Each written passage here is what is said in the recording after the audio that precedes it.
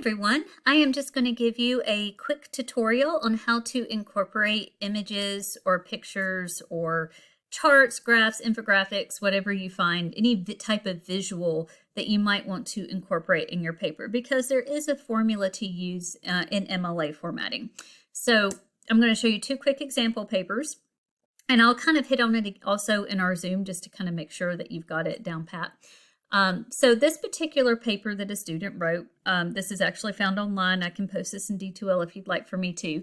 But the student wrote a paper about the Truman election, Truman versus Dewey election in 1948.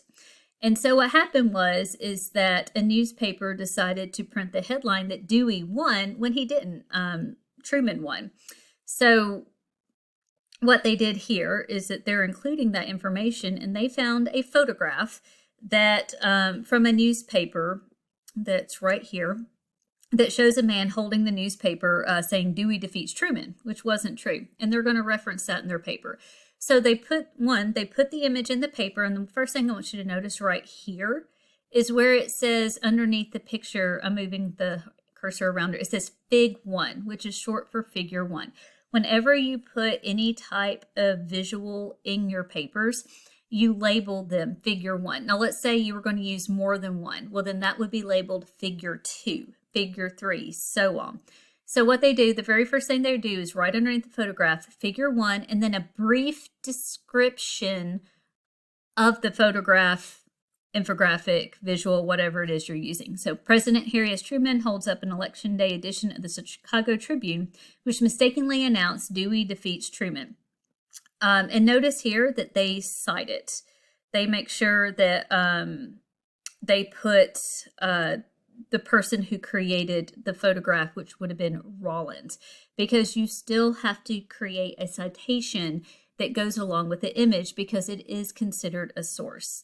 Now, you can't just stick any image in your papers and that be it. It actually has to be referenced in the text somewhere, and that's where that Figure 1 becomes really, really important. So if you go to the paragraph right above it, it says, the results of an election are not so easily predicted as the famous photograph in Fig 1 shows. And then Figure 1 is right underneath that paragraph. And so that makes it very clear, hey, these go hand in hand. You want it to be close by, because if not, it can get kind of confusing. And I'm going to show you an example where that happens. So here, I'm going to scroll back up. This is a paper on using the whole idea of how cell phones cause distraction while you're driving. So again, it's a really good example of an MLA formatted research paper, and they wanted to use this image, which is a cartoon, which was completely appropriate to use because of the context that they're using it in. And I want you to notice that, again, they start with Fig 1. A cartoon shows the dangers of using cell phones and other devices while driving. So a brief description of what is in that image, and then they have the citation, Low A21. So this one has a location. I'm not sure where the A21 is. I'm guessing possibly a book. Reference is on a particular page, or maybe it was already used in another academic article. The A21 would be the location, but the citation is there. That's great. But the problem comes with where they use it. So if you go here, like you would think, oh, well, maybe it's the paragraph around it. So the paragraph right above it, there's no reference whatsoever to Figure 1. So it makes me go, huh.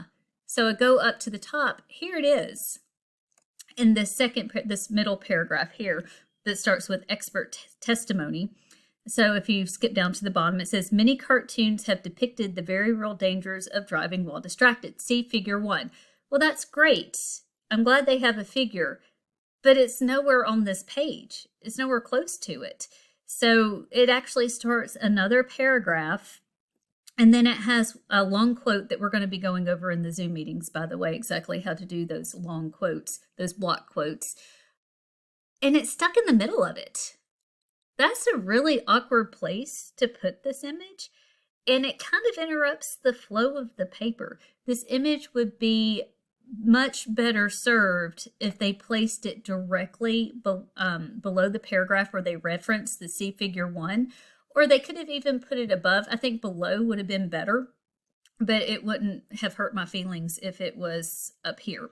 either. So that was a little bit of a mistake in the organization of this particular paper. The image, yes, it was a great image to use. Yes, they make reference to it in the text. They did all of that correctly except for the placement. So I would say that that might lose a few points in my mind, get dinged just a teeny little bit because it's not referenced correctly. But I do want you to notice, so low 821, so let's go to the works cited page and make sure that they referenced it. So go down, go down, go down. There it is. Lo Chan, cartoon, Washington Post, 22nd July 2000, 821 print. So it was on a particular page in the newspaper. It was actually printed. It wasn't online. So they did a good job with that. Let's make sure that they use the citation in this particular paper. So we're going to be looking for a Rollins. So we go down to the works cited page here. There it is, Rollins, untitled photograph. And that's really, really important to make note of right here. Hopefully y'all can see that cursor going down. So you see the Rollins Bryan untitled photograph. Sometimes there's not a title to a picture or an image or a chart even.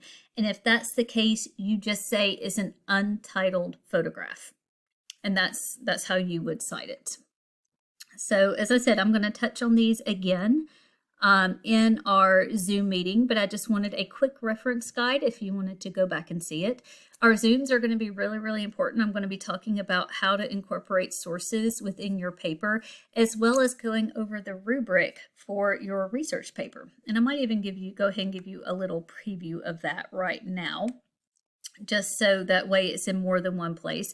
I made a very basic rubric for this particular paper. I didn't want it to be overly complicated. I actually kind of wanted it to be simple, just because it has been an absolute crazy semester. And just remember, your research paper is worth 200 points. It is worth a fifth of your grade.